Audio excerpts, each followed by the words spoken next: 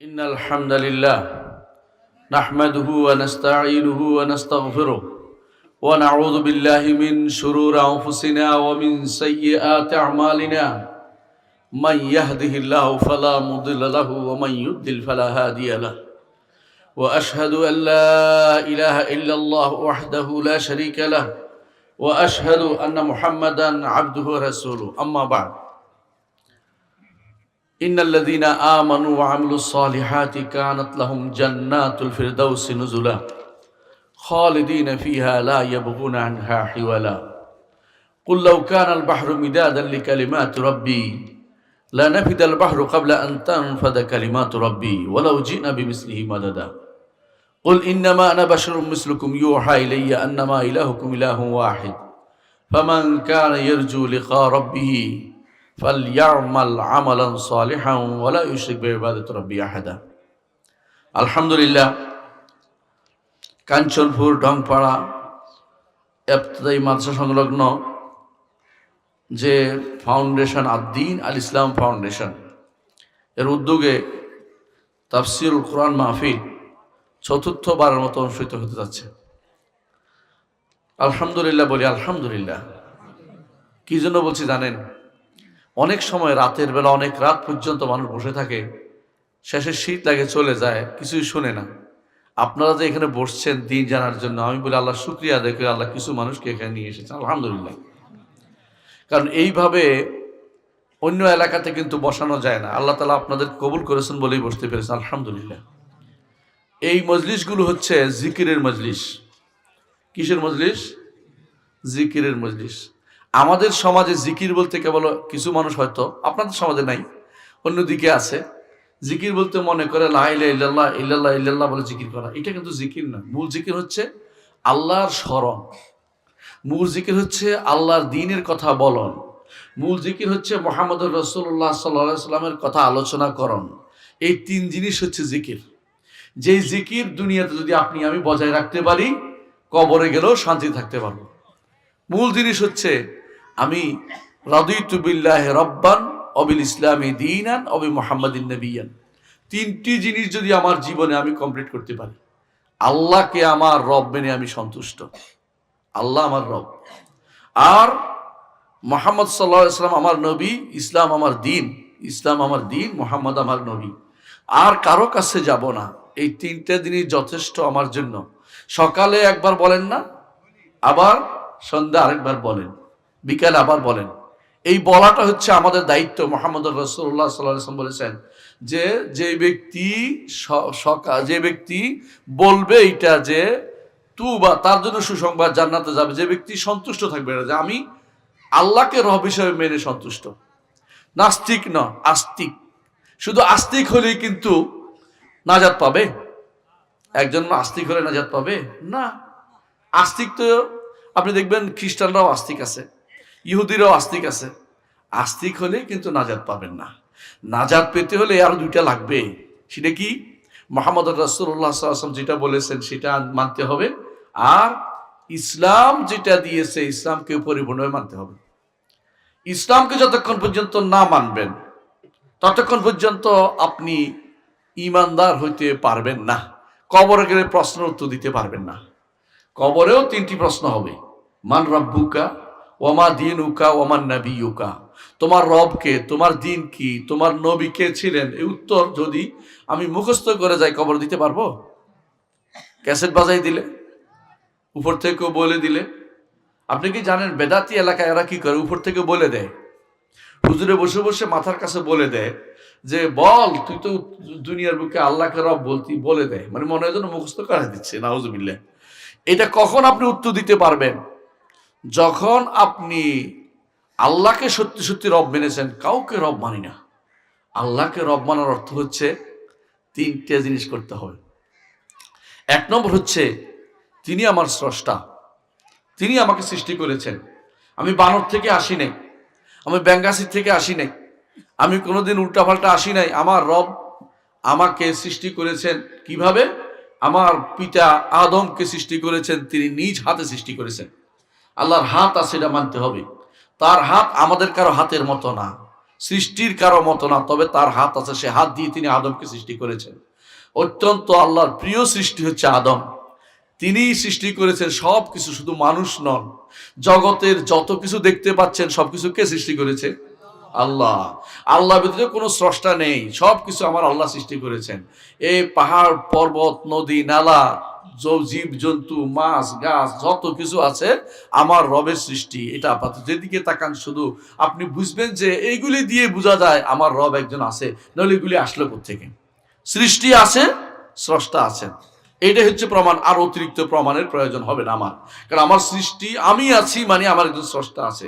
কারণ আল্লাহ তাআলা কোরআনে কারীম উল্লেখ করেছেন এটা, আম খুলিকু মিন গায়রি শাইইন আম হুমুল খালিকুন আম খালাকুস সামাওয়াতি ওয়াল আরদি বাল লা ইউকিনুন। হে মানুষ, আল্লাহ তাআলা বলছেন আম খালাকুস সামাওয়াতি ওয়াল আরদি বাল লা ইউকিনুন, তারা কি নিজেরা নিজেদেরকে সৃষ্টি করেছে? তা তো না। নিজে নিজে তো সৃষ্টি হয় না কোনো কিছু, নাকি সৃষ্ট নয়, সৃষ্ট তারা। তাহলে কেউ তাদেরকে সৃষ্টি করেছে। আল্লাহ কোরআন উল্লেখ করেছে সূরা তুরের মধ্যে, সূরা তুরের মধ্যে উল্লেখ করে দিচ্ছেন কিভাবে দলিল দিচ্ছেন, প্রমাণ দিচ্ছেন। ইচ্ছা করলে এর বাইরে যেতে পারবেন না। আপনি যেহেতু সৃষ্ট, আপনার একজন স্রষ্টা আছেই, যতই আপনি এদিক সেদিক করেন না কেন। আবার আপনাকে বেঁধে দিয়েছে, আপনাকে মরতেও হবে, আপনাকে আসতে হবে। যখন মায়ের পেটে ছিলাম আমরা, মায়ের পেট ইচ্ছা করলো 3-4 দিন আটকে রাখতে পারতেন না, ঠিক টাইম মতো আল্লাহ যখন দিছে তখনই আসছি। আবার যখন আল্লাহ বললো চলে যেতে, তখনই চলে যাবো, আটকায় রাখতে পারবো না। ইজা জা আজালুহুম ফালা ইস্তাখুনা সাআতাম ওয়ালা ইস্তাকদিমুন, যখন আমার বয়স হয়ে যাবে, আমার যখন যাওয়ার সময়টা হয়ে যাবে, কোনো ব্যক্তি আমাকে এক ক্ষণিকের জন্য আটকে রাখতে পারবে না। এখন হয়তো বলেন অনেকে বাতাস দিয়ে রাখতেছে না, বাতাস দিয়ে এগুলি হচ্ছে অনেকেই 2 নম্বরে করে টাকা রোজগারের বুদ্ধি করছে অনেকগুলো, অনেক হাসপাতালে। কারণ অনেক দিন রেখে দিতে পারলে অনেক পয়সা রোজগার হবে, কিন্তু বেশিরভাগই আসলেই কোনো সত্যিকার অর্থে কাউকে বাঁচিয়ে রাখতে পারে না। কেউ কাউকে কিছুক্ষণ বাঁচিয়ে রাখতে পারলে আজকাল পয়সাওয়ালারা সব বাঁচিয়ে যেত, আমরা গরিবরা আগে মরে যেতাম।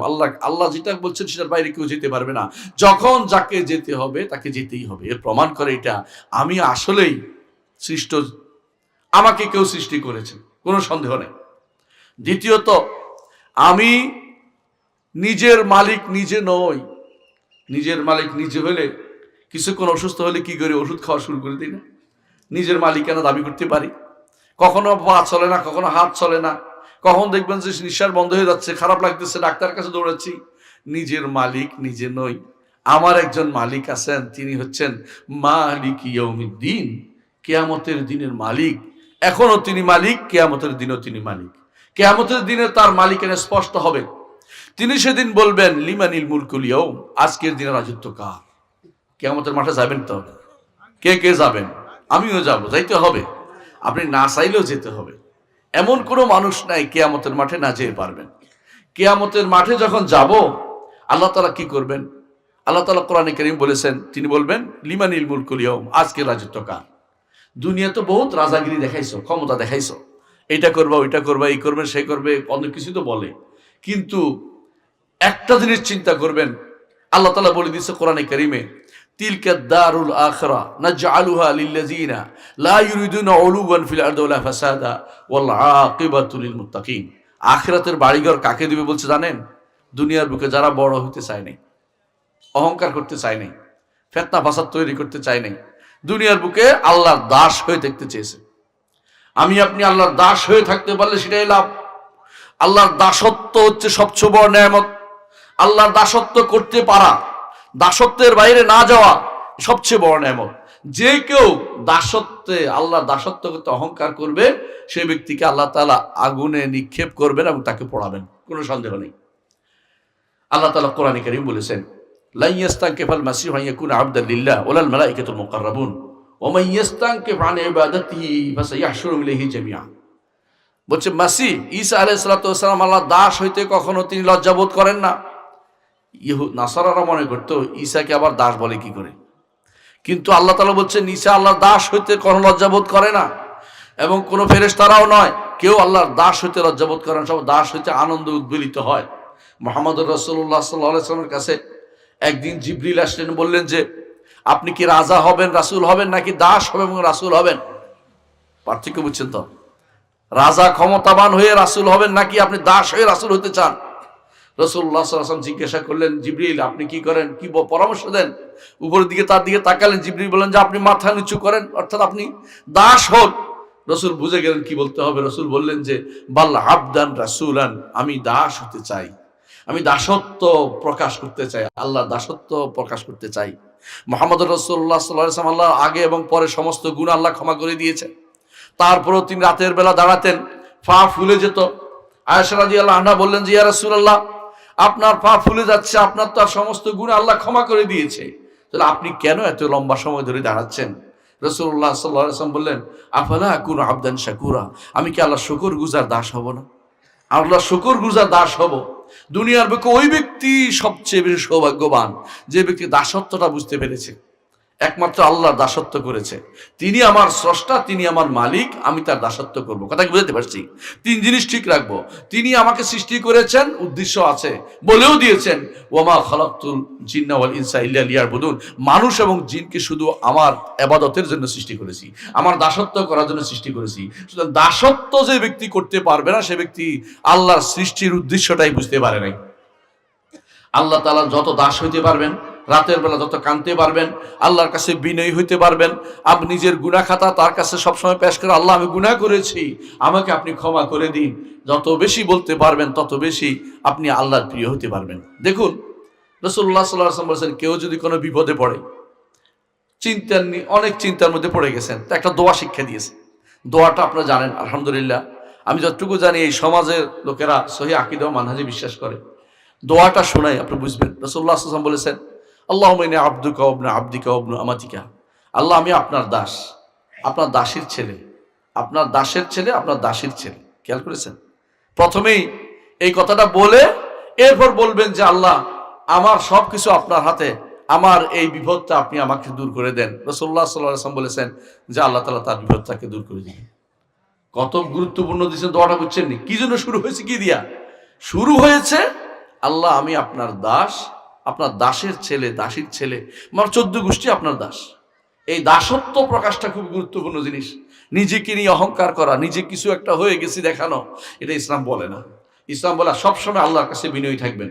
মুহাম্মদুর রাসূলুল্লাহ সাল্লাল্লাহু আলাইহি ওয়াসাল্লাম আল্লাহ তাআলা কোরআনে কারীমে উল্লেখ করেছেন দাস হিসাবে, ওয়া ইন কুনতুম ফি রাইবিম মিম্মা নাযালনা আলা আবদিনা, আমাদের দাসের কাছে আমরা যা নাজিল করেছি এ ব্যাপারে তোমার যদি সন্দেহ থাকে ফাতু বিসূরাতিম মিসলিহি, ওরকম একটা সূরা নিয়ে আসো। একটা সূরা কেউ আনতে পারে নাই। আবার বলছে কোরআনে কারীমে আল্লাহ তাআলা সুবহানাল্লাযী আসরা বিআবদিহি লাইলাম মিনাল মাসজিদিল হারাম ইলাল মাসজিদিল আকসা আল্লাযী বারাকনা হাওলা, আল্লাহ তাআলা পবিত্র বলছেন, পবিত্র ওই সত্তা, আল্লাহ নিজের পবিত্রতা নিজে ঘোষণা করছেন, যিনি তার দাসকে সফর করিয়েছেন মক্কা থেকে বাইতুল মাকদিস পর্যন্ত, তারপর যেদিকে আল্লাহ ইচ্ছা করেছে উপরের দিকে আরশ পর্যন্ত নিয়ে গেছেন মুহাম্মদুর রাসূলুল্লাহ সাল্লাল্লাহু আলাইহি সাল্লামকে। কিন্তু শব্দ ব্যবহার করেছেন কি? দাস। আসরা বিআবদিহি, তার দাসকে সফর করিয়েছেন।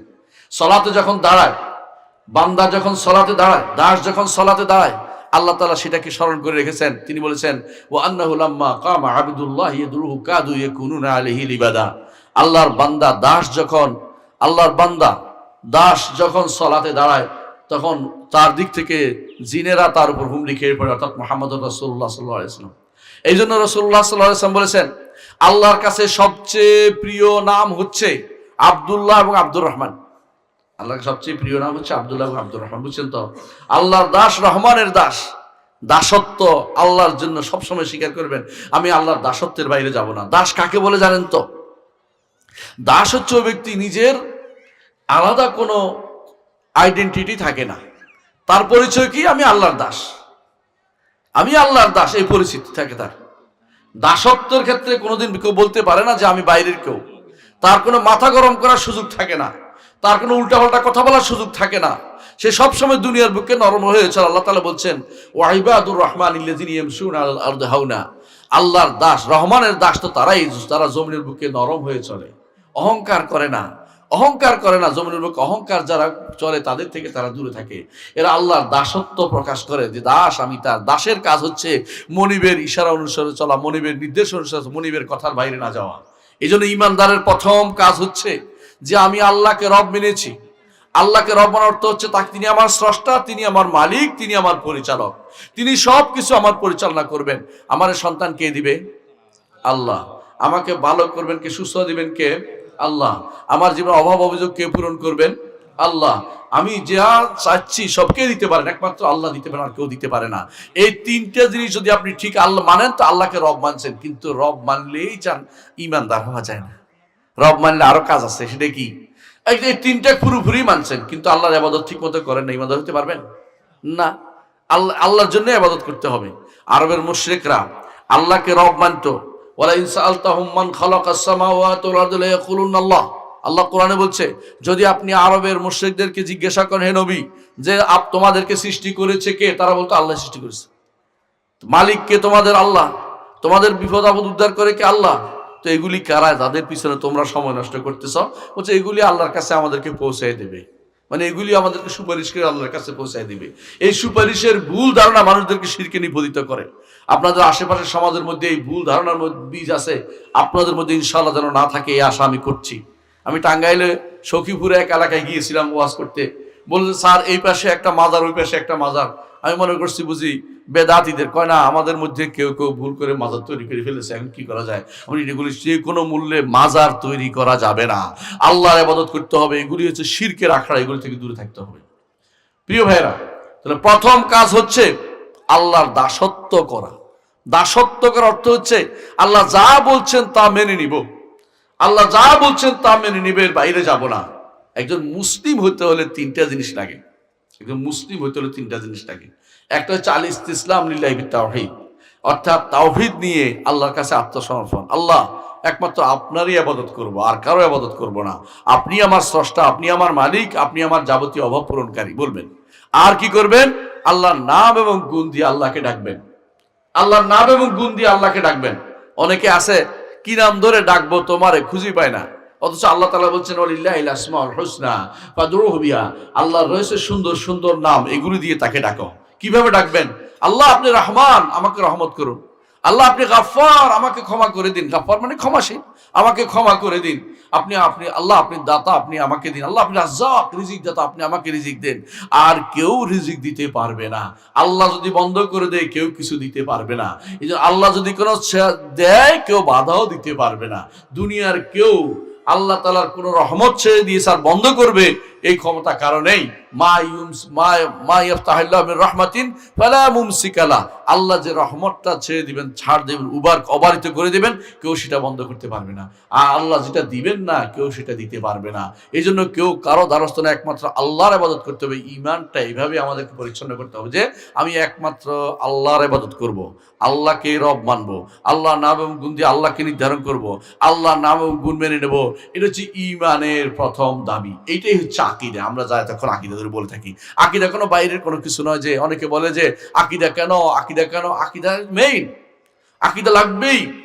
বিশ্বাস যদি শুদ্ধ না হয় তাহলে আর কিছু শুদ্ধ হবে না।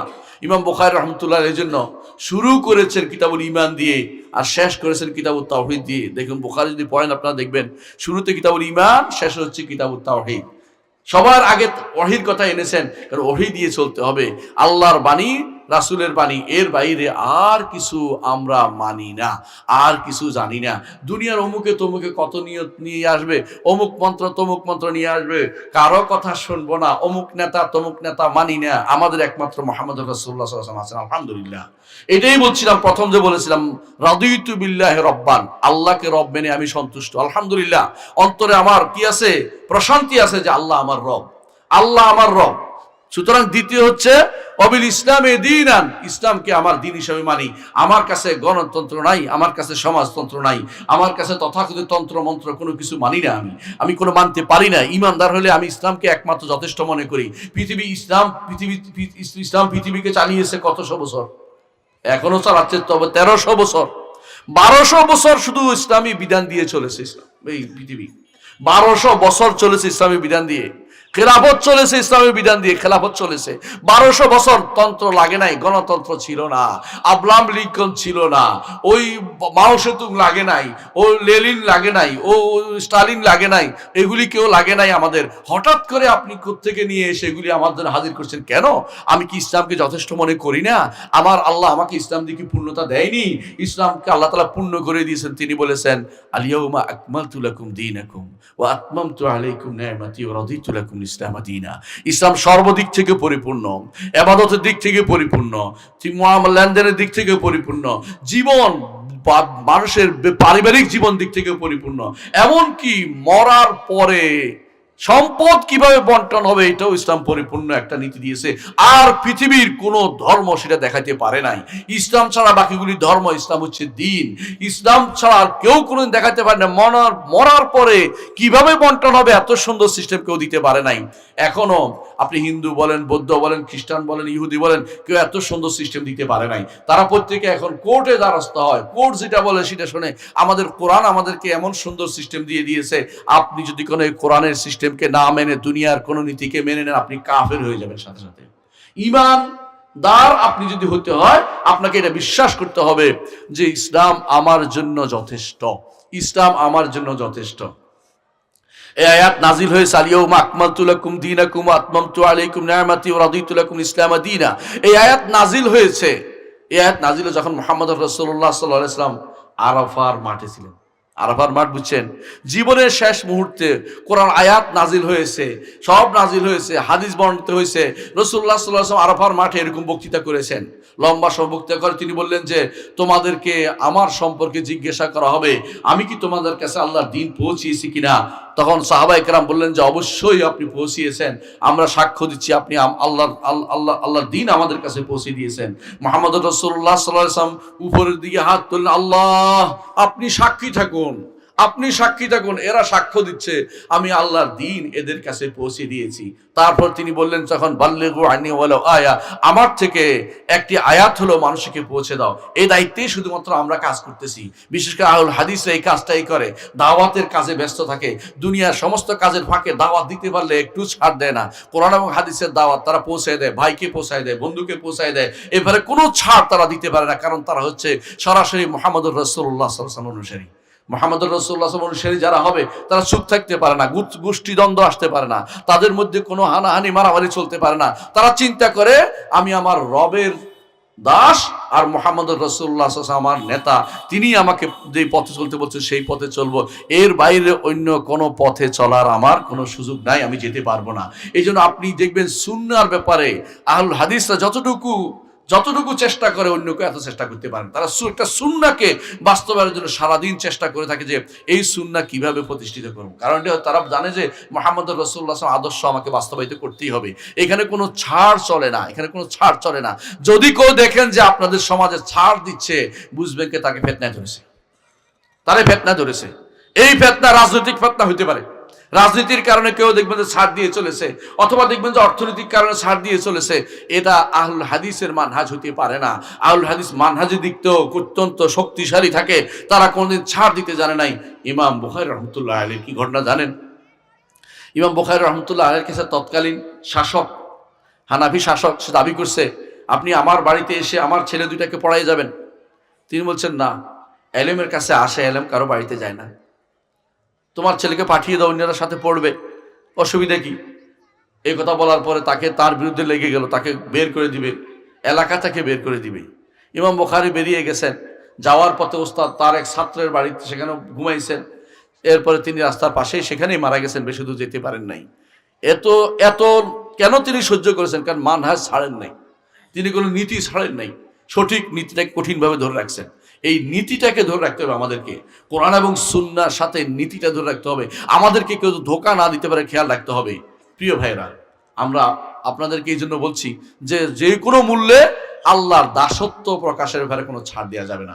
আমি আল্লাহর দাস, আমার একমাত্র পথ প্রদর্শক হচ্ছে মুহাম্মদুর রাসূলুল্লাহ সাল্লাল্লাহু আলাইহি ওয়াসাল্লাম, যাকে আল্লাহ তাআলা বলে দিয়েছেন লাকাদ কানা লাকুম ফি রাসূলিল্লাহি উসওয়াতুন হাসানাহ, তোমাদের জন্য আল্লাহ রাসূলের জীবন রয়েছে উত্তম আদর্শ।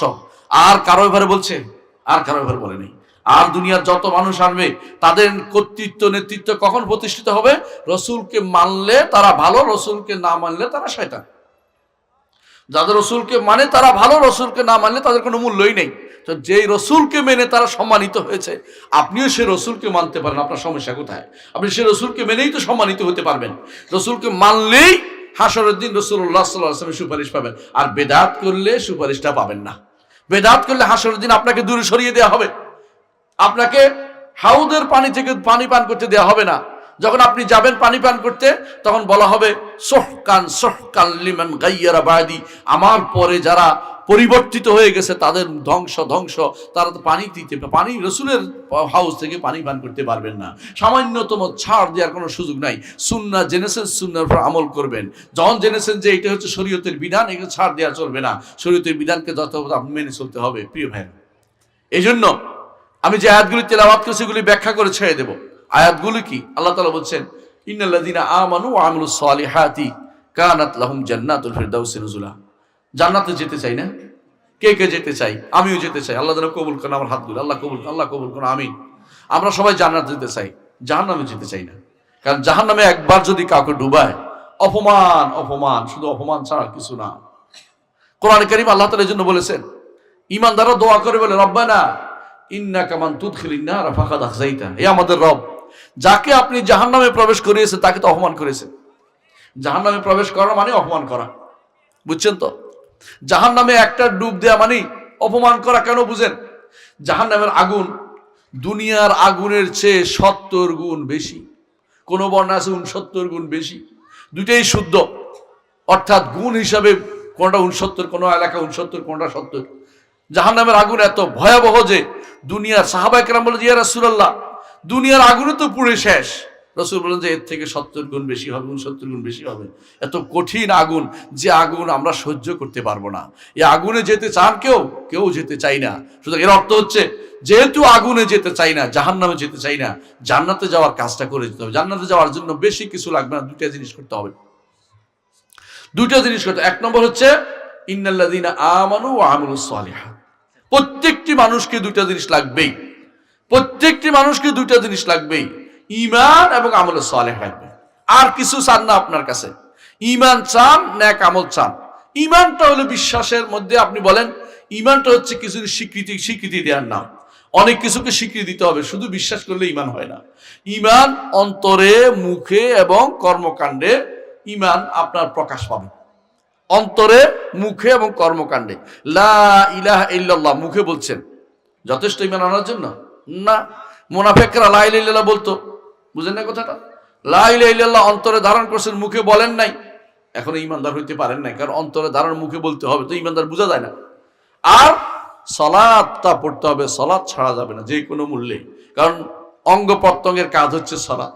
রাসূল বলেছেন, লা সালাতা লিমান লা দীনা লিমান লা সালাতা লাহু, যার সালাত নাই তার দিন নাই, অর্থাৎ যার সালাত নাই তার কোনো দিনদারি নাই। সুতরাং এমন বলছে, আমাদের মধ্যে কাফেরদের পার্থক্য হচ্ছে সালাতের। যে ব্যক্তি সালাত নাই করবে সে আর ঈমানদার থাকতে পারবে না। সুতরাং সালাত থাকতে বাহ্যিক প্রমাণ, তাহলে মুখেরটাও লাগবে, অঙ্গ প্রত্যঙ্গটাও লাগবে, অন্তরেরটাও লাগবে। তিন জিনিস যদি কমপ্লিট হয় তাহলে ঈমান হয়।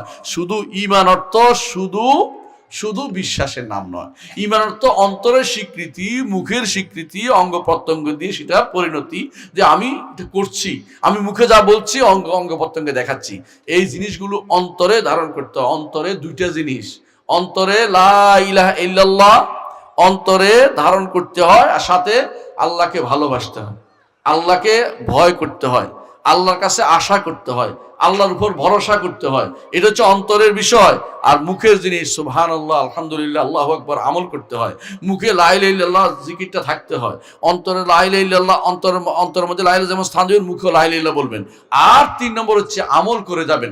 দুনিয়ার যদি কোনো আমল, আপনার যে কোনো আমলই ঈমানের একটা অংশ। যে ব্যক্তি আমলকে ঈমান অংশ মনে করে না, তারা আহলুস সুন্নাত ওয়াল জামাত না, তারা আহলুল হাদিসের মধ্যে নাই, তারা নাজাত প্রাপ্ত দলের ভিতরে পড়ে নাই, তারা হচ্ছে বিভ্রান্ত দল। এরা মুরজিয়া, এরা কোনদিন, এরা মনে করে শুধুমাত্র কেউ আল্লাহর উপর বিশ্বাস স্থাপন করলে ঈমান হয়ে যাবে। না, শুধু আল্লাহর উপর বিশ্বাস ঈমান নয়, আল্লাহর উপর বিশ্বাস স্থাপন করবে, মুখে উচ্চারণ করে স্বীকৃতি দিবে, আর অঙ্গ প্রত্যঙ্গ দিয়ে দেখিয়ে দিবে আমি কাজটা করছি, আমি সালাত আদায় করি, আমি হজ করি, আমি যাকাত দেই, এই কর্মকাণ্ড আমি করি, এটা প্রমাণ থাকতে হবে। যদি কেউ মনে করে সব করেছি কিন্তু সালাত না পড়লে কি হবে, সে ব্যক্তি ঈমানদার নয়, কাফের হয়ে গেছে। এই জন্য ঈমান আমাদের নিকট অনেকগুলো জিনিস দিয়ে হয়, আর বেদাতীদের নিকট ঈমান শুধু বিশ্বাস করলে হয়। বুঝেন কিনা? আশেপাশে অনেক সমাজ আপনি পাবেন যেখানে সালাত জীবনে নামাজ পড়ে না, সালাত আদায় করে না, তারপরেও তাদের ঈমান যায় না। হ্যাঁ, ঈমান কেমনে যায়? ওদের ইমান নাই, কোনোদিন যায় না, অত ইমান চলে গেছে ওদের অলরেডি। যে ব্যক্তি সালাত আদায় করে না তার উপর সালাত পড়া যায় না। কথা বুঝছেন তো? আপনি যদি সালাত পড়েন নাই, জানাজা আপনার কেউ দিবে না, এরকম নীতি করেন, দেখবেন যে সব ঠিক হয়ে গেছে। আপনাদের এলাকা আমি বিশ্বাস ঠিক আছে, এটা আশেপাশে অনেক জায়গাতে আছে যেখানে অনেকেই সালাত আদায় করে না, অনেকেই আল্লাহর দ্বীনের অনেক কিছুই মেনে চলে না। জুমার নামাজে হয়তো কোনোদিন হয়তো ভুলে আসে দেখতে, অথবা মানুষ মনে করে ভয় পেয়ে এই জন্য আসে, কিন্তু আসলে অনেকেই সালাত আদায় করে না। যারা সালাত পড়ে না তারা ঈমানদার না, যারা সালাত পড়তেই হবে। কারণ হচ্ছে আপনি যে ঈমানদারের পরিচয় হচ্ছে সালাতে, এর প্রমাণ হচ্ছে সালাতের মাধ্যমে। কারণ আপনার প্রমাণ কিভাবে পাবো? অন্তরের কথা, মুখের কথা তো সত্য, এই প্রমাণ হয়ে যাবে সালাতের মাধ্যমে। সালাত যদি আপনার ঠিক হয়, আপনার ঈমান শুদ্ধ হবে। ইমাম বুখারী রাহমাতুল্লাহ আলাইহির কিতাবুত তাওহীদ পড়ছেন, কিতাবুল ঈমান পড়ছেন? কে কে পড়েছেন আপনারা? কেউ কিতাবুত তাওহীদ পড়ছেন? কিতাবুল ঈমানও পড়বেন। কেন পড়বেন কিতাবুল ঈমান? দেখবেন যে কিতাবুল ঈমানের মধ্যে আপনাদের কিতাবুল ঈমান পড়াটা ফরজ। কেন জানেন? আপনাদেরকে যেন ধোকায় না ফেলতে পারে। কিতাবুল ঈমানের মধ্যে আপনার দেখা আছে এইটা ঈমানের অংশ, এটা ঈমানের অংশ, এটা ঈমানের অংশ। বাবুনা সালাতু মিনাল ঈমান, সালাত ঈমানের অংশ এভাবে বলেছেন। ঈমানের 70টার উপর শাখা আছে না? 70টার উপর শাখা আছে। এই 70টার শাখা সবগুলি তো ঈমানেরই, কিন্তু কিছু কিছু মানুষ আছে ঈমান নয়, এগুলি তো আমল, ওর আমল তো ঈমান। রাসূলুল্লাহ সাল্লাল্লাহু আলাইহি ওয়াসাল্লামের কাছে এক ব্যক্তি জিজ্ঞেস করে, ইয়া রাসূলুল্লাহ, সবচেয়ে উত্তম আমল কোনটা? রাসূল বলেন যে আল্লাহ এবং তার রাসূলের উপর ঈমান আনা। বুঝছেন তো?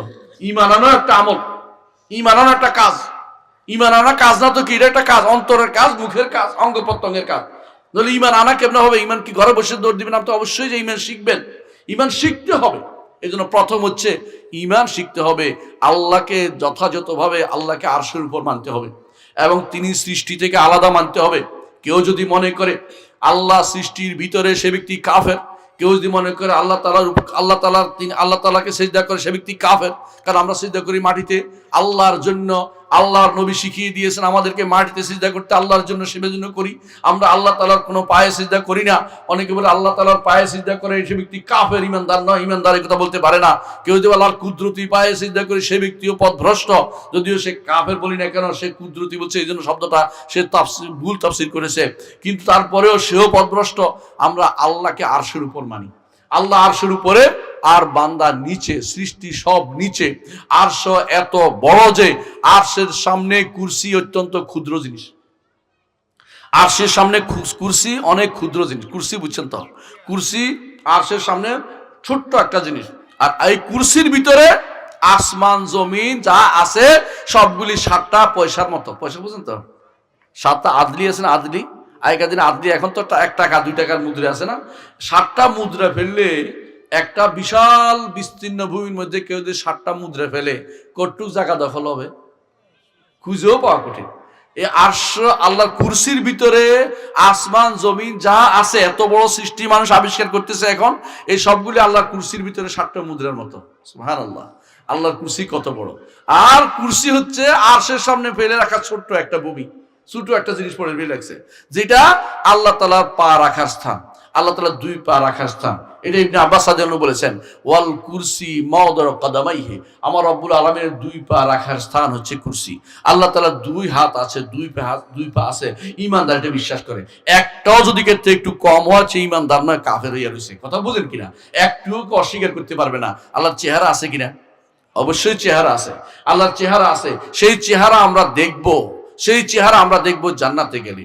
মুহাম্মদুর রাসূলুল্লাহ সাল্লাল্লাহু আলাইহি ওয়াসাল্লাম বলেছেন, জান্নাতে যখন জান্নাতীরা জান্নাতে যাবে, আল্লাহর নেয়ামত ভোগ করছে সবাই, তখন আল্লাহ তাআলা একদিন ডেকে বলবেন, হে জান্নাতীরা, আমি কি তোমাদেরকে বাড়িয়ে দিব না? জান্নাতীরা বলবে, আর কি বাড়িয়ে দিবেন, আর কি বাড়িয়ে দিবেন? কেন বলছে জানেন? জান্নাতের এক একটা জান্নাত কত বড় আপনি কল্পনা করতে পারবেন? পৃথিবীর মতো 10টা। এক এক জনে পাবে পৃথিবীর মতো 10টা। এক একজনের পৃথিবীর মতো 10টা যদি পান আপনি, আমি চিন্তা করেন তো, আপনি চিন্তা করবেন যে আমি কক্সবাজার যাব কি খাইতে? হাওয়া খাইতে। কক্সবাজার যাওয়া লাগবে না, কক্সবাজার আপনার পাশে চলে আসছে কিছুক্ষণের মধ্যে। মজা কাকে বলে? আপনি বলবেন যে আমি সাজেকে যাব উপত্যকা দেখতে, সাজেক উপত্যকাই তো পুরোটা হয়ে রয়েছে, আপনি আর কোথায় যাবেন? আনন্দ আনন্দ। এক একটা গাছ হবে 500 বছর, আপনি এর নিচে দিয়া দ্রুতগামী অশ্ব নিয়ে চলতে পারবেন, ছায়া শেষ হবে না। জিলাল জিলাল জিল, আল্লাহ বারবার বলছেন জিল ছায়া আছে। এই জান্নাতে আপনি যা চাচ্ছেন তাই পাচ্ছেন। এই জন্য জান্নাতীরা বলবে আমাদেরকে আর কি বাড়িয়ে দিবেন। আলাম তুবাইয়িদ উজুহানা, চেহারা সুন্দর করে দিয়েছেন, আমাদেরকে সুন্দর সঙ্গিনী ঘরে দিয়েছেন, আমাদেরকে কোনো অভাব রাখেন না, পূরণ করছেন, আমাদেরকে ফল দিয়েছেন, সব দিয়েছেন, আমাদের আর কি দিবেন? আমরা তো মাথায় আসতেছে না আর কিছু, আর কি বাড়িয়ে দিবেন? আল্লাহ তাআলা বলেন লাদাইনা মাজিদ, আমার কাছে বাড়তি আছে। কোরআনে আল্লাহ বলে দিয়েছেন সে বাড়তিটা কি। আল্লাহ তাআলা তখন তার চেহারার নূরকে উন্মুক্ত করবেন। আল্লাহ তাআলার চেহারা দেখে আমরা দুনিয়ার ওই জান্নাতের নিয়ামত ভুলে যাব, এত আনন্দ আমরা পাবো। এটা ইমানদার বিশ্বাস করে। যে ব্যক্তি এটা বিশ্বাস করে না সে দেখতে পাবে না। আল্লাহ কোরআনে কারীম বলেছেন কাল্লা ইন্নাহুম আর রাব্বিহিম ইয়াওমাইযিন লামহজুবুন, কখনো নয়, তারা সেদিন রব থেকে পর্দাবৃত থাকবে।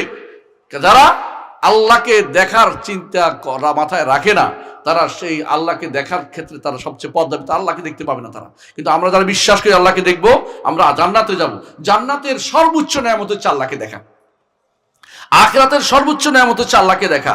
আর দুনিয়ার বুকে সর্বোচ্চ নেয়ামত কি জানেন? আল্লাহকে জানা। যে ব্যক্তি আল্লাহকে জানে নাই সে কিছু জানতে পারে নাই। যত বড় ডক্টরে হোক, যত বড় ওলি আল্লাহ হোক, যত বড় প্রফেসরে হোক, যদি আল্লাহকে জানে নাই সে কিছুই জানতে পারে নাই। আল্লাহকে জানতে হবে কিভাবে? কোরআনে আল্লাহর পরিচয় আসছে, রসুল হাদিসে আল্লাহর পরিচয় আসছে, এর মাধ্যমে আল্লাহকে জানতে হবে। যে কেউ আল্লাহকে জানেনি সে কিছুই জানতে পারে নাই। আল্লাহকে জানার চেয়ে দুনিয়াতে বড় নেয়ামত আর কিছু নেই। ইবনে তাইমিয়া রাহমাতুল্লাহ আলাইহির নাম শুনেছেন আপনারা? ইবনে তাইমিয়া পৃথিবী খ্যাত আলেমে দ্বীন।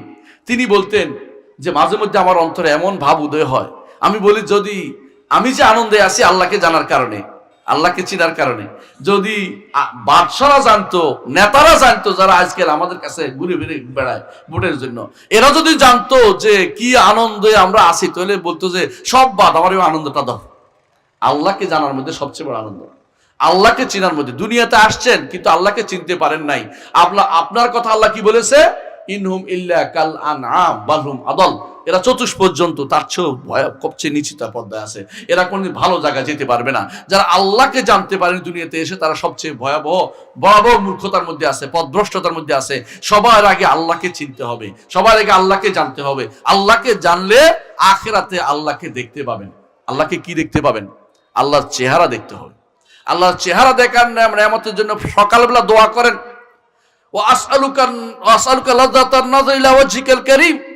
আল্লাহ আমি আপনার কাছে চাই। আপনি হিসনুল মুসলিম বইতে মধ্যে পাবেন এই দোয়াটা, সালাতের শেষ বৈঠকের দোয়া। আল্লাহ আমি আপনার কাছে চাই, আসআলুকা লাযাতান নাযিলা ওয়াজহিকাল কারীম, আপনার চেহারার দিকে তাকানো যে স্বাদ, এটা আমি আপনার কাছে চাই। বুঝছেন তো? এটা কখন রাসূলুল্লাহ সাল্লাল্লাহু আলাইহি ওয়াসাল্লাম হাদিসে আসছে, যে ব্যক্তি আল্লাহকে এরকম দেখতে চায় সে যেন সকালের সালাত এবং আসরের সালাত যেন তার মিস না হয়। তাহলে কি তার জান্নাতে যে আল্লাহকে দেখার মতো সৌভাগ্য তার অর্জিত হবে। এর অর্থ হচ্ছে আল্লাহকে দেখা হচ্ছে বড় নেয়ামত। এইটা থেকে যে ব্যক্তি মাহরুম হবে সে ব্যক্তি মাহরুম। আর যে ব্যক্তি এটা বুঝতে পেরেছে সে ব্যক্তি সত্যিকারের ইমানদার ব্যক্তি। আল্লাহকে দেখা হচ্ছে বড় নেয়ামত। ইমানের ক্ষেত্রে এইভাবে ইমান আনতে হবে আমাকে, যে আমার আল্লাহ তিনি স্রষ্টা, তিনি হচ্ছেন আরশের উপরে। আরশ হচ্ছে সর্বোচ্চ সৃষ্টি। আল্লাহ ছাড়া কেউ জানে না আরশ কত বড়। তবে আরশের 4টা পা আছে। কয়টা? 4টা। এই আরশ 4টা পায়ের ব্যাপারে রাসূলুল্লাহ সাল্লাল্লাহু আলাইহি ওয়াসাল্লাম বলেছেন, আরশ বহনকারী ফেরেশতা একটা কত বড় তার একটা উদাহরণ দিয়েছে রাসূল বলেছেন, তার কানের লতি এবং কাঁধ কতদূর জায়গা? আমাদের একটু জায়গা, তাই না? বলছে এর দূরত্ব হচ্ছে একটা পাখি 700 বছর অনবরত 700 বছর ডানা ঝাপটে, দ্রুতগামী পাখি ডানা ঝাপটে এটুকু দূরত্ব কাটতে পারবে না, এত বড় হচ্ছে এটা আরশ বহনকারী ফেরেশতার এটুকু, শুধু এটুকু দূরত্ব। আরশ বহনকারী ফেরেশতা কত বড় হবে এটা চিন্তা করে দেখুন। আল্লাহু আকবার। আপনার কাছে মনে হতে পারে আমি কোনো গল্প করছি, গল্প না, একেবারে সরাসরি হাদিস দিয়ে কথাগুলো বলছি। এতক্ষণ যা বলেছি একটাও হাদিসের বাইরে যায়নি, প্রত্যেকটা কথা আমি হাদিস দিয়ে বলেছি, কোরআন এবং হাদিস দিয়ে বলেছি। তাহলে অর্থ হচ্ছে আল্লাহর আরশ অনেক বড়, এবং আল্লাহর আরশ বহনকারী ফেরেশতারা কি দোয়া করতেছে? সুবহানাল্লাহি ওয়া বিহামদিহি, সুবহানাল্লাহি ওয়া বিহামদিহি। সবচেয়ে তারা এই তাসবিহটা সবচেয়ে বেশি পাঠ করে। এজন্য আপনি সকাল বিকাল কি পড়েন সুবহানাল আযীম ওয়া বিহামদিহি, সুবহানাল্লাহ ওয়া বিহামদিহি, সুবহানাল আযীম পড়তেছেন। এই সুবহানাল আযীম ওয়া বিহামদিহি অথবা সুবহানাল্লাহ ওয়া বিহামদিহি, এইটা আল্লাহ তাআলা কোরআনে কারীমে বলে দিয়েছেন যে এটা ফেরেশতারা পড়ে। ওয়া তারাল মালাইকাতা হাফিনা মিন হাওলিল আরশ ইউসাব্বিহুনা বিহামদি রাব্বিহিম। আপনি দেখতে পাচ্ছেন আল্লাহ বলতেছেন যে ফেরেশতারা আরশের চারপাশে ঘিরে আছে। তারা তাসবিহ পাঠ করে বলতেছে সুবহানাল্লাহি ওয়া বিহামদিহি, সুবহানাল্লাহি ওয়া বিহামদিহি। আপনি মনে করেন না আপনি যে এখানে বসে আছেন আপনার খবর কেউ আল্লাহর কাছে দিচ্ছে না, এটা না, আল্লাহ নিজে দেখতেছেন। সাথে সাথে ফেরেশতারা এই খবর নিয়ে চলে গেছে, এই খবর নিয়ে চলে গেছে, এবং আল্লাহ তাআলা সেখানে তার ফেরেশতা তার আপনার কথা সেখানে আলোচনা করেন। আল্লাহু আকবার। মুহাম্মদুর রাসূলুল্লাহ সাল্লাল্লাহু আলাইহি ওয়াসাল্লাম বলেছেন, দুনিয়ার কোথাও জিকিরের মাজলিস হয়, ফেরেশতারা তখন সেখানে ডানা বিছিয়ে থাকে, আল্লাহর রহমত সেখানে নাজিল হয়, সেখানে প্রশান্তি আসে, এবং সেখানে আল্লাহ তাআলা তার কাছে যারা আছে ফেরেশতাদের কাছে আপনার কথা আলোচনা করেন। আপনার কথা উপরে আলোচনা হচ্ছে, নেয়ামতের বিষয় না, আনন্দের বিষয়। আপনি এখানে অন্য যে কোনো জায়গায় বসতেন সেটা গজবের জায়গা হইতো, রাস্তার মধ্যে আড্ডা দিলে গুনার কাজ হইতো, হারাম জিনিস দেখলে গুনার কাজ হইতো। এখানে বসার অর্থ হচ্ছে আল্লাহ তাআলার ফেরেশতারা রহমতের ডানা বিছিয়ে আছে, এটা ঈমান রাখতে হবে, কারণ আমার নবী মুহাম্মদুর রাসূলুল্লাহ সাল্লাল্লাহু আলাইহি ওয়াসাল্লাম এটা বলেছেন। এমনকি আপনি যখন ঘুমান তখনও কিন্তু আপনার রূহটা আল্লাহর সামনে চলে যায়। ঈমানদারের রূহ কোথায় যায়? আরশের সামনে যায়। হাদিসে আছে আরশের সামনে যায়, সিজদায় পড়ে যায়। আবার যখন আপনি দুনিয়াতে ফিরে আসেন, যখন সুস্থ হয়ে যান, তখন আবার আপনার কাছে ফেরত দিয়ে দেয়। এই জন্য আপনি দোয়া করেন, আলহামদুলিল্লাহিল্লাযী আহইয়ানা বা'দা মা আমাতানা ওয়া ইলাইহিন নুশুর, যে মৃত্যুর পরে আবার আমাকে জীবনটা দিয়েছে। জীবনটা কোথায় চলে? রুটা চলে যায় আরশের সামনে যে সিজদায় পড়ে থাকে। যখন ইমানদারের কাপড়টা উপরে উঠতে দেওয়া হয় না, ইমানদার রূহ এটা শরীফ, অত্যন্ত ভদ্র রূপ, প্রতিদিন একবার ঘুমাইলে এটা আরশের কাছে যায়, আল্লাহ তাআলার আরশের সামনে সিজদায় পড়ে যায়। এটার বিশাল নেয়ামত আপনি পাবেন যদি কোনো সত্যিকার ঈমানদার হতে পারেন। এজন্য ঈমানদার হতে হবে, তাহলে জান্নাতের নেয়ামত আপনি পাবেন। আল্লাহ বলেছেন, ইন্নাল্লাযীনা আমানু ওয়া আমিলুস সালিহাতি কানাত লাহুম জান্নাতুল ফিরদাউসি নুজুলা। ঈমান ঠিক করেছেন, কিন্তু আমলও ঠিক করতে হবে। বুঝছেন কিনা? আল্লাহর উপর ঈমানটা ঠিক করেছেন তো, যে আল্লাহ সৃষ্টির ভিতরে নন, সৃষ্টির বাইরে। জগৎ বহন করতে আল্লাহর কোনো কষ্ট হয় না। ওয়ালা ইয়াউদু হিফযুহুমা, জগতের সংরক্ষণ আল্লাহর জন্য কোনো কষ্টের বিষয় না। আসমান জমিন হতে যা আছে এগুলি কিছুই না, তিনি শুধু অর্ডার দিয়েছেন, এগুলি তার জায়গা মতো আছে। ইন্নাল্লাহ ইউমসিকুস সামাওয়াতি ওয়াল আরদা আন তাজুলা ওয়ালা ইন যালাতা ইন আমসাকুহুম আহাদুম মিন বাদি ইন্নাহু কানা হালিমান গফুরা। আল্লাহ তাআলা বলছেন, আসমান এবং জমিন এইটা যে জায়গা স্থানচ্যুত হচ্ছে না, কারণ কি? আল্লাহ বলছে স্থির থাকো। যেদিন আল্লাহ বলবে স্থির না, অস্থির হও, সেদিন আপনি ঘুমাইতে পারবেন না। কথা বুঝছেন কিনা? যদি জমিনে একটু নড়াচড়া করে, আপনি কি বলেন? হ্যাঁ, দৌড়াতে থাকেন, হায় রে বাঁচার জায়গা কই, বাঁচার জায়গা কই। ছেলে বাপেরে ফেলাই চলে যায়, বাপ মাছ বাচ্চারে ফেলাই চলে যায়, বাঁচার চিন্তা করতে থাকে। বুঝেন তো, হাসরের মাঠে কিন্তু আরো ভয়াবহ এরকম কম্পন হবে। ইন্না জালজালাতাস সাআতি শাইউন আযীম ইয়াওমা তারাউনাহা তাযহালু কুল্লু মুরদিআতিন আম্মা আরদাআত ওয়া তাদাউ কুল্লু যাতি হামলিন হামলাহা ওয়া তারান নাসা সুকারা ওয়া মা হুম বিসুকারা ওয়ালাকিন্না আযাবাল্লাহি শাদীদ। হাসরের মাঠে যে ভয়াবহ অবস্থা হবে, এই কি কম্পন দেখছেন আপনি? এখনকার কম্পনে আপনি চিন্তা করতেছেন কোন জায়গায় লুকাবেন। কেউ বলে টেবিলের নিচে, কেউ বলে গাছের নিচে, কেউ বলে অমুকের নিচে। এইগুলি দিয়ে বাঁচতে পারবেন না। আল্লাহ তাআলা আসমান এবং জমিনকে স্থির রাখছে বলেই যদি 10 মিনিট নড়ে, কি করবেন কন্ত? একদম ডাইল হয়ে যাবে পৃথিবী, গাছগুলি ভেঙে পড়ে যাবে, বাড়িগুলি ভেঙে যাবে, যত কাঁচা বাড়িও ভাঙবে, পাকা বাড়িও ভাঙবে, সব উল্টে যাবে। আপনি দেখবেন যে কিছু নষ্ট হয়ে গেছে, কিছুই খুঁজে পাওয়া যাচ্ছে না। অথচ আপনাকে এই অবস্থায় স্থির রেখেছে আল্লাহ তাআলা শুধুমাত্র, আর কেউ স্থির রাখতে পারে না। আল্লাহ এগুলিকে বলছে যেভাবে আছে সেভাবে আছেন। আবার আল্লাহ তাআলা যেদিন এটাগুলি ভাঁজ করবেন, ইয়াউমা নাতুইস সামাআ কাতাইয়িস সিজিলিল কুতুব, লেখার জন্য কাগজ যেভাবে ভাঁজ করে সেভাবে আল্লাহ তাআলা ভাঁজ করবেন ডান হাতে। ওয়াস সামাওয়াতু মাতুইয়াতুম বিয়ামিনি, ডান হাতে আসমানগুলিকে তিনি ভাঁজ করে রাখবেন, আর জমিনগুলোকে প্রশস্ত করে নতুন একটা জমিন বানাবেন। ইয়াউমা তুবাদদালুল আরদু গায়রুল আরদ, যেদিন এক জমিনকে উপরে আরেকটা জমিন পরিবর্তন করবেন। এগুলি সবই কি আমার রব্বুল আলামিনের কাছে কিছুই না, একেবারেই হালকা জিনিস। যে ব্যক্তি এগুলি বুঝতে পারে, রব্বুল আলামিনের বড়ত্ব বুঝতে পারে, আজমত বুঝতে পারে, সে ব্যক্তি যখন সুবহানা রাব্বিয়াল আযীম, আমার রব কতই না বড়, বড় বুঝছেন তো? আবার কত বড় বুঝছেন?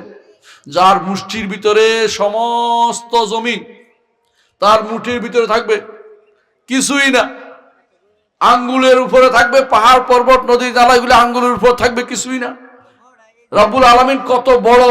যখন আপনি বলেন আযীম, ফাসাব্বিহ বিসমি রাব্বিকাল আযীম, রুকুতে যখন যাবেন তিনি কত বড়, একটু চিন্তা করেন আমার রব কত বড়। আমি ক্ষুদ্র, পিঁপড়ার চেয়েও ক্ষুদ্র, আমি কিছুই না, বড় তুলনায় আমি কিছুই না। জগৎ পুরোটাই যার মুষ্টির ভিতরে থাকবে। এই জগতের ভিতরে পিঁপড়া আমি কত জায়গা দখল করছি, আমি কত জায়গা দখল করছি, পিঁপড়ার চেয়েও আরো ছোট জিনিস আমি অনুপরমাণের মতো, আমি এত অহংকার কি জন্য করি? আল্লাহ রাব্বুল আলামিন দাস হতে পারা আমার জন্য বড় নেয়ামত, এই জন্য দাসত্বকে প্রকাশ করবেন। ঈমান যদি শুদ্ধ হয় তা যথেষ্ট না, আর কি লাগবে? সেটা কি? আমলে সালেহ হতে হবে। ইন্নাল্লাযীনা আমানু ওয়া আমিলুস সালিহাত, সব আমল শুদ্ধ না, আমলটা সালেহ হইতে হবে, নেক হইতে হইব। নেক আমল কেমনে হয়? নেক আমল হয় যদি আপনি মুহাম্মদুর রাসূলুল্লাহ সাল্লাল্লাহু আলাইহি ওয়াসাল্লামকে অনুসরণ করেন। যদি কেউ মুহাম্মদুর রাসূলুল্লাহ সাল্লাল্লাহু আলাইহি ওয়াসাল্লামকে অনুসরণ না করে তাহলে সেটা নেক আমল হবে না। বুঝেন কিনা? আমি যদি বলি রোদের মধ্যে 1 ঘন্টা দাঁড়িয়ে থাকা সওয়াবের কাজ হবে কিয়ামত পর্যন্ত? না। আমি যদি বলি আপনি যখন ইচ্ছা তখন একটা সিজদা দেন, হইব না। সিজদা দিবেন সালাতের মধ্যে, অথবা সিজদা দিতে হবে সহজ সিজদা সালাতের পরে, অথবা সিজদা দিতে হবে কখন শুকরিয়ার সিজদা, এটা আছে। এর বাইরে আপনি কিছুক্ষণ পরবে একটা সিজদা দিবেন, কিছু সিজদা দিবেন, জায়েজ আছে না? এটা তো অনুমতি নেই। এভাবে আমার নবী দেখান নাই, কথা কি বুঝছেন? আমি যদি বলি রুকুর মধ্যে আমরা এখন থেকে রুকুর মধ্যে সূরা ফাতিহা পড়বো, হবে না, কারণ আমার নবীটা শিখাই দেন নাই, কথা বুঝছেন তো? আপনি বলেন তো কোরআনে তো পড়ছি না, কোরআন পড়লো, এখানে কোরআন পড়ার জায়গা না। যেখানে যেটা সেখানে সেটা করতে হয়, যেখানে যেটা সেখানে সেটা করতে হয়। আপনার পক্ষ থেকে নতুন কিছু বাড়িয়ে আমাকে নতুন একটা দিন দিবেন, এই দিন নেওয়া যাবে না, এইটা আমরা নিব না, এটা আমরা মানবো না। এটা হচ্ছে আমলে সালেহ। আমলে সালেহ হইতে হলে আমার নবীর পুঙ্খানুপুঙ্খ অনুসরণ করতে হবে। আপনি জিজ্ঞাসা করবেন নবী করছেন কিনা, নবী করছেন কিনা। নবী করেন নাই আমি করব না, নবী করেন নাই আমি করব না। যারা আমাদের আশেপাশের সমাজের মধ্যে অনেকে দেখবেন মিলাদ পড়ে, আছে না? মিলাদ কি নবী করছে? আউযুবিল্লাহ, কোনদিন করেন নাই। এই যে অনেকে আছে দেখবেন যে সব বরাত সামনে আসতেছে, সবে বরাত পালনের জন্য ব্যস্ত হয়ে পড়ছে। আমি আশ্চর্য হয়েছি, কালকে একখানে ছিলাম, এলাকার মানুষ বলছে আমাকে যে খুব ভালো, এরাই বলতেছে সবে বরাতের রাতটা কেমন কিভাবে কাটাইব। কি কই আমি, এখন মাথাটা খারাপ হয়ে গেছে। যদি ভালো আকীদার মানুষ যদি কোনো এই কথা কয় সবে বরাত পালন করে, তো আমার আর কি করার আছে? দুঃখ। আমি বললাম যে আপনি কি বলতেছেন এগুলি? সবে বরাত তো পালনের জিনিসটা, এটা মিথ্যা কথা। সবে পালন করার জিনিস নাই তো। সবে বরাত সবে কদর একই জিনিস। আমরা কিভাবে সবে কদরটাকে টেনে আইনে সব বরাত বানিয়ে বুঝি, কথা বুঝছেন কিনা? লাইলাতুল কদর অর্থ হচ্ছে ভাগ্য রজনী, বুঝছেন তো? সবে বরাত ফার্সি শব্দ, সবে বরাত অর্থ হলো ভাগ্য রজনী। পার্থক্য একটাই তো জিনিসটা। এটা কে এটা দিতে নিয়ে আনলো, এটা চিন্তা করছি। এটা তো রমজানের শেষ দশক হচ্ছে লাইলাতুল কদর, শেষ দশকের কোনো একটি রাত লাইলাতুল কদর। মানুষ টেনে এটাকে এদিকে নিয়ে আসছে, কারণ মানুষ কি করছে, ভুল পথে পরিচালিত হচ্ছে, নিজের মন মতো একটা ব্যাখ্যা দাঁড় করছে। সবে বরাত নাই, সবে কদর নাই, লাইলাতুল সবে কদর আছে, লাইলাতুল বরাত বলে কিছু নাই, মেরাজের রাত্রি বলে পালন করার কিছু নাই, কোনো কিছু এই জাতীয় যদি কেউ পালন করতে দেখেন বলবেন যে আপনি এটা কেন করছেন, নবী কি করছেন কিনা, আমার নবী করছেন কিনা। আমার নবী করেন নাই আমি করব না। আমলে সালেহ হইতে হলে মুহাম্মদুর রাসূলুল্লাহ সাল্লাল্লাহু আলাইহি ওয়াসাল্লাম অবশ্যই করতে হবে না, এটা আমলে সালেহ হবে না। তিনি শিক্ষা দিয়েছেন আমাদেরকে, দ্বীনে জান্নাতে যাওয়ার যত পথ আছে, জান্নাতে যাওয়ার যত পথ আছে তত পথ আমার নবী কিন্তু বলে দিয়েছেন। প্রত্যেক নবী তার উম্মতকে জান্নাতে যাওয়ার যত পথ আছে সব বলে দিয়েছেন। কোনো ব্যক্তি যদি মনে করে রাসূলের পথের বাইরে আর কোনো পথ দিয়ে জান্নাতে যাওয়ার আছে, তো সে ব্যক্তি পথভ্রষ্ট, বুঝেন কিনা?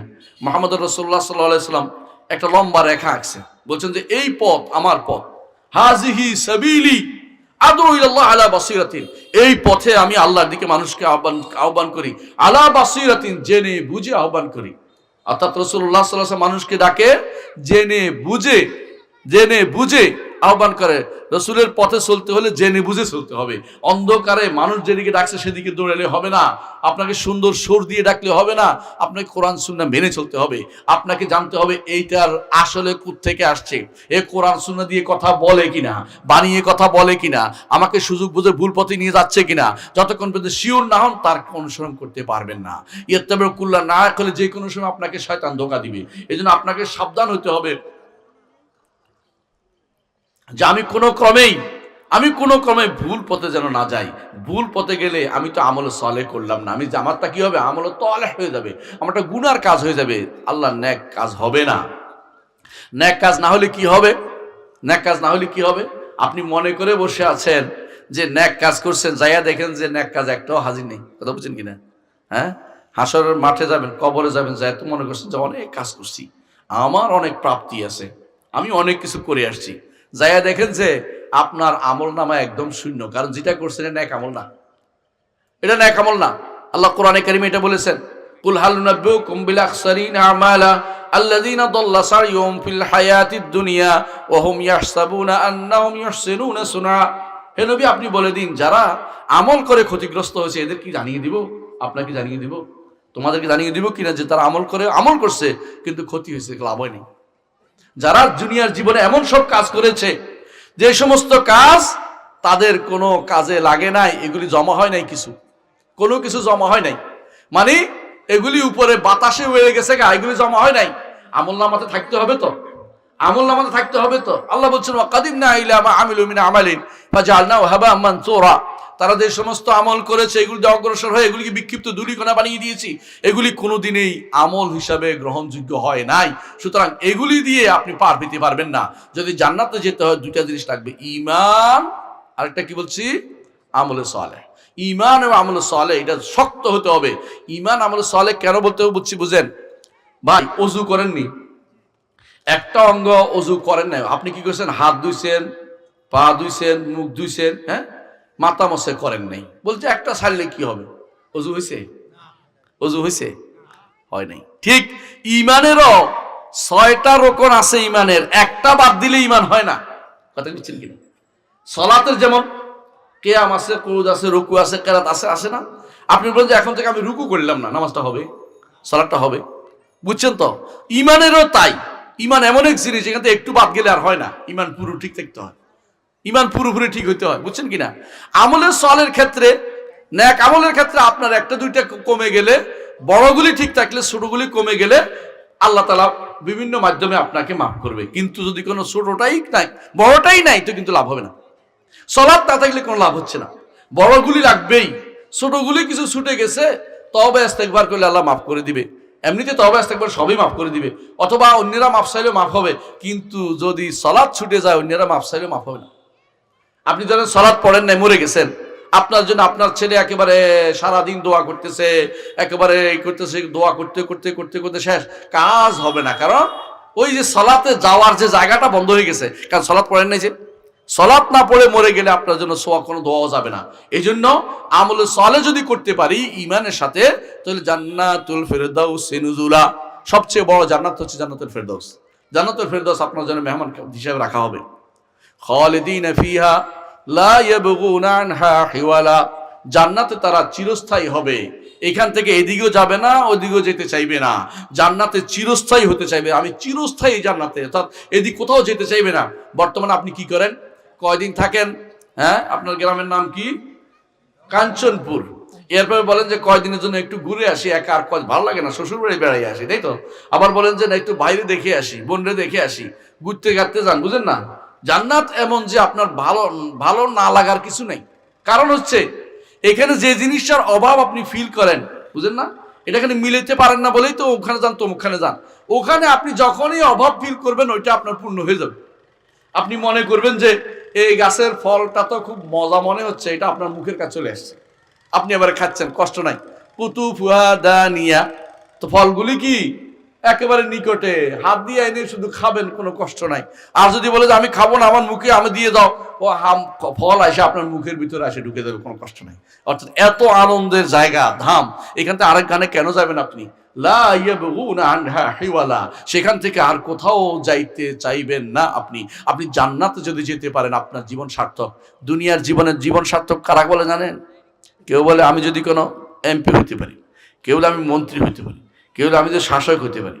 এগুলি জীবনের কোনো মূল্য নাই। আল্লাহ জান্নাতে না যাইতে পারলে কোনো মূল্য নেই। মূল্য আছে? কোনো মূল্য নেই। জান্নাতে যদি না যাইতে পারেন, এগুলি কোনো মূল্য নেই। জান্নাতে গেলে তাহলে আপনার সব মূল্য। জান্নাতে কিভাবে যাবেন? শাসক হিসাবে যাবেন না দাস হিসাবে যাবেন? দাস হিসাবে। যে দাসত্ব করে নাই সে জান্নাত যেতে পারবে না। আল্লাহর দাস হইতে পারলে জান্নাতে যাবে, বুঝছেন কিনা? জান্নাতে যাইতে হলে দাস হিসেবে আসতে হবে আল্লাহর কাছে। আল্লাহর কাছে দাস হিসেবে আসতে হবে। জান্নাত যেতে হলে আপনি যে শাসক হিসেবে ছিলেন, হাসরের দিনের কোনো সাইরেনও মূল্য হবে না, কেউ আপনার মূল্যায়ন করবে না। আপনি কি এমপি ছিলেন নাকি আপনি এই এলাকার মাতব্বর ছিলেন, ওটা জিজ্ঞাসা করবে না। জিজ্ঞাসা করবে কতটুকু দাসত্ব করেছো, আমার কি কথা শুনছিল কিনা, শরীয়ত মানছিল কিনা, ঈমান ঠিক আছিল কিনা। ঈমান দিয়ে আপনার পূর্ণতা পাবে।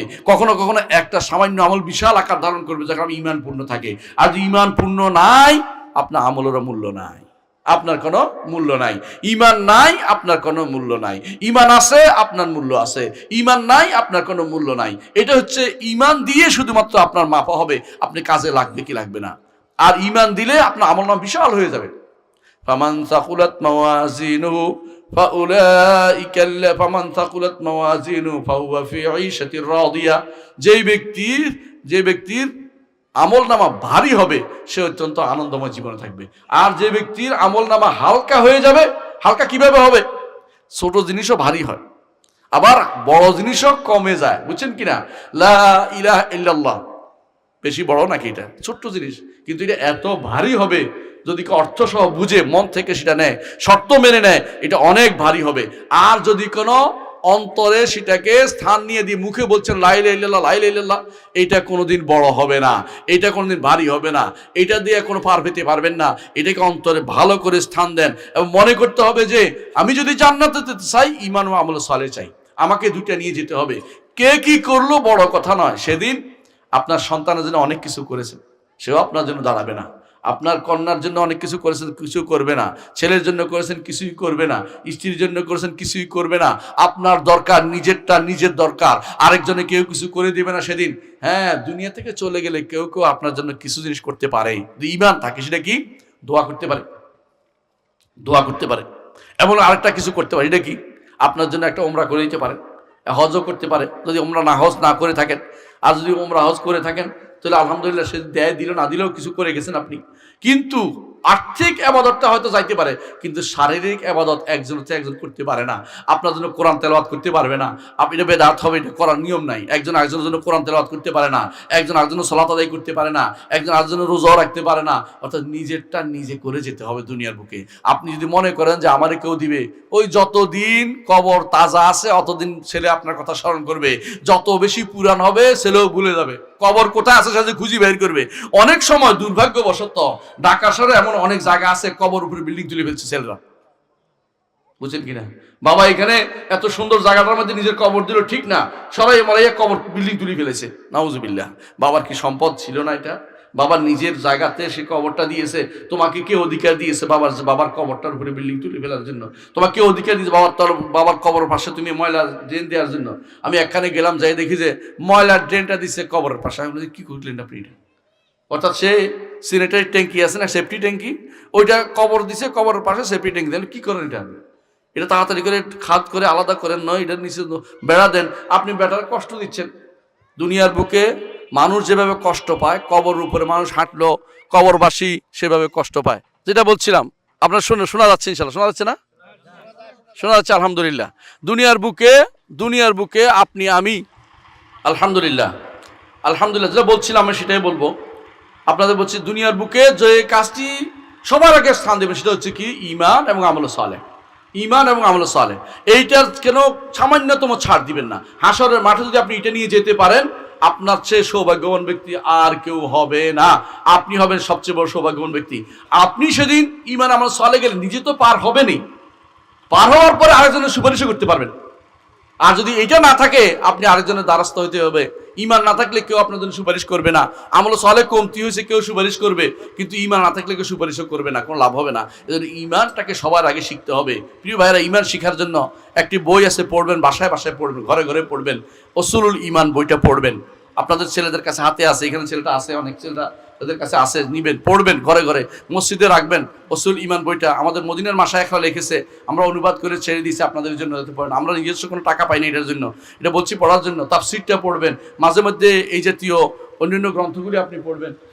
যেটা বলছিলাম, তাহলে আমাকে সবচেয়ে বড় গুরুত্ব দিতে হবে ঈমান আমল সালেহ খাতে। দুনিয়ার রাজত্ব রাজারা কিলাকিলি করবে, মারামারি করবে, একদল যাবে একদল পাবে, দেখবেন যে আপনার সমস্যার সমাধান হচ্ছে না। ঈমান আমল সালেহ গেলে আপনি সমস্যার সমাধান হবে, আপনি মূল্যেও লাভ আছে। এটা সবাই খেয়াল রাখবেন। আল্লাহ আমাদের বুঝার তৌফিক দান করুন। সুবহানাকাল্লাহি ওয়া বিহামদিহি আশহাদু আল্লা ইলাহা ইল্লা আনতা আস্তাগফিরুকা ওয়া আতুবু ইলাইক। আসসালামু আলাইকুম ওয়া রাহমাতুল্লাহি ওয়া বারাকাতুহু।